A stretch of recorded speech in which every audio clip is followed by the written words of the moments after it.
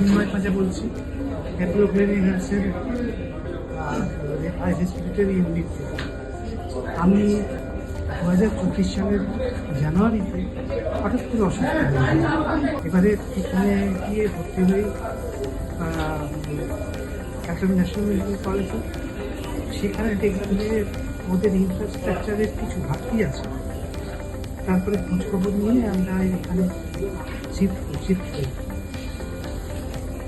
এখন বুঝতে পারছি এতদিন পরে যে এখানে শিফট না হলে আমি কী বিপদেই না করেছিলাম, সেখান থেকে কী করে বেরোতাম সেটা জানি না। আমরা যখন এখানে এসে পৌঁছই, ডাক্তাররা আমাদেরকে দেখে কন্ডিশন ছিল খুবই সিরিয়াস।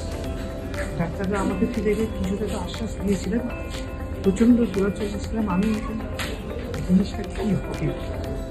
এখানকার doctor, staff, paramedical staff, sisters, junior doctors, and all the team, they performed uniformly. কে যে বেশি করেছেন, কে যে কম করেছেন সেটা বলা খুব মুশকিল। ভীষণভাবে তারা সাহায্য করেছেন।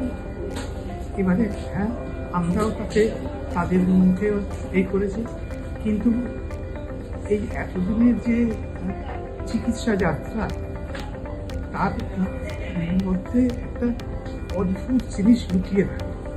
সেটা হচ্ছে হসপিটালে এতদিন স্টের ফলে হয়তো আমার মাঝে মধ্যেই একটা জিনিস ঘটে যায়, যেটা আমরা ডাক্তাররা ছাড়া অন্যান্য পক্ষে জিনিসটা ব্যাখ্যা পাওয়া মুশকিল। একটা ফিয়ার সাইকোসিস তৈরি হয়ে যায় যে আমি এতদিন ধরে আছি, হয়তো আর বাঁচব না।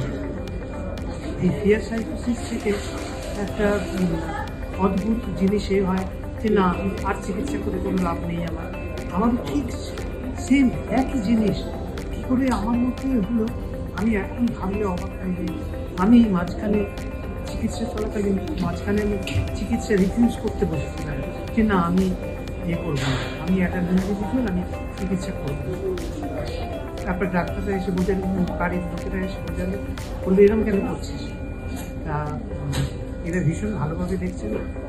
তা ডাক্তাররা বললো যে না, ওর তো বলে ভাববেন না, এটা একটা এরকম ফিয়ার সাইকোসিস তৈরি হয় পেশেন্টের মনের মধ্যে।